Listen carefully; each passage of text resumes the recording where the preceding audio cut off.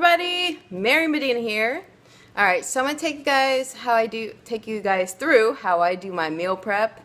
I like to typically make my food maybe about a week or two in advance, but today I'm kind of limited on time, so I have just a little pan here that I'm gonna use just to kind of show you the basics. And it really doesn't take long to kind of make your food, but the reason why I like to make my food in advance is because I am the type of person that if there's not food already pre-made for me, man, I get so, not desperate, but kind of like, if I'm already like super hungry too, and my fiance has like some Whataburger or, I don't know, just some junk in the freezer or something, like I might want to eat it.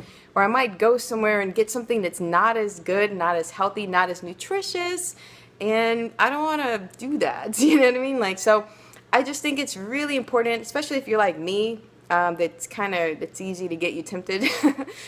Just do it in advance. It doesn't take that long to prepare your food, especially if you got real goals that you want to achieve. I mean, the biggest thing is being consistent. Being consistent on everything that you do, whether it's like eating a certain amount of food every day, hitting your macros, getting a certain amount of cardio in, exercising a certain, amount per week, per day, weightlifting, whatever it is. If you continue to do that, stay on that path, you will see results. You got to be consistent and, keep track of what you're doing, because if you don't keep track, you're not going to know where you've been, where you were, how to adjust it to fix it so that you get optimal results. It's very, very, very, very, very important. Keep track, keep track what you're doing. Winners keep score. Am I right? Yeah, I'm right. Okay, so my oven is set for 405 degrees. Got my sweet potatoes, my veggies I'm going to be making. Well, I'm sorry, veggies are already made in the freezer, and I got some white rice already prepared like last night. Took like 10 minutes. Doesn't take long. So yeah, I'm going to do my sweet potatoes, and I got my chicken breast, and I'll show you how I do that. All right.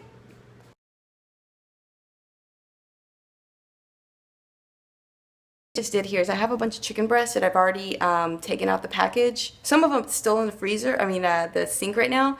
But the chicken breasts, some of them that I have here are already washed. I like to wash my chicken breasts before I start cutting it or anything, just because. And let me just show you this real quick. And of course I got my herbs and spices. Who's got the herbs? I do. And of course I got some sea salt I'm about to put on it too. So let me just cut these up, and I have this pan right here. This is like for easy cleanup. Like I like to fill it with aluminum foil, so that all I have to do is just like, after the chicken breast is already ready, I just take out the aluminum foil and boom, I don't have to wash no dishes. So I just try to make things like super easy for myself. So here we go. As you can see here, I have all the chicken breasts in the pan.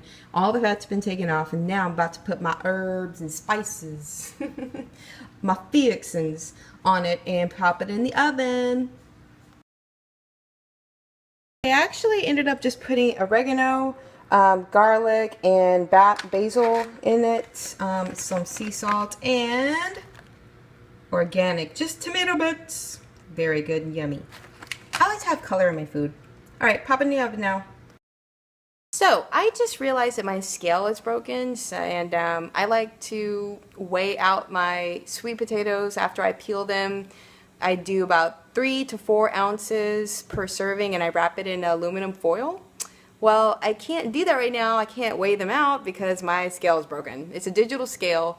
I'm not sure if it's the battery or if it's just broken. I've tried different batteries, so I'm not sure if they're dead. Anyway, the point is that it's been only 20 minutes since I started the countdown of me taking the chicken breast, washing it, and cutting off all the fat, putting it inside of the pan, and then putting my whatever ingredients I want on it and popping it in the oven. I mean, it takes about 45 to about 50 minutes for it to cook properly. So there you have it. I mean, 20 minutes to prepare, because I'm a stickler for food. I like to rinse them all off and cut off all the fat, and So yeah, just 20 minutes, and now it's going to be in the oven for another 45 to 50 minutes. I'm just going to walk away and do what I got to do. I got some work I got to work on, maybe do some walking lunges. There's always something you can do. Later on, I'll get a scale and I'll do my sweet potatoes later, but right now I already have a carb source. I got my white rice and I got my veggies inside of the freezer, so I'm good. All right, well, I'll show you guys the finished product here in a little bit.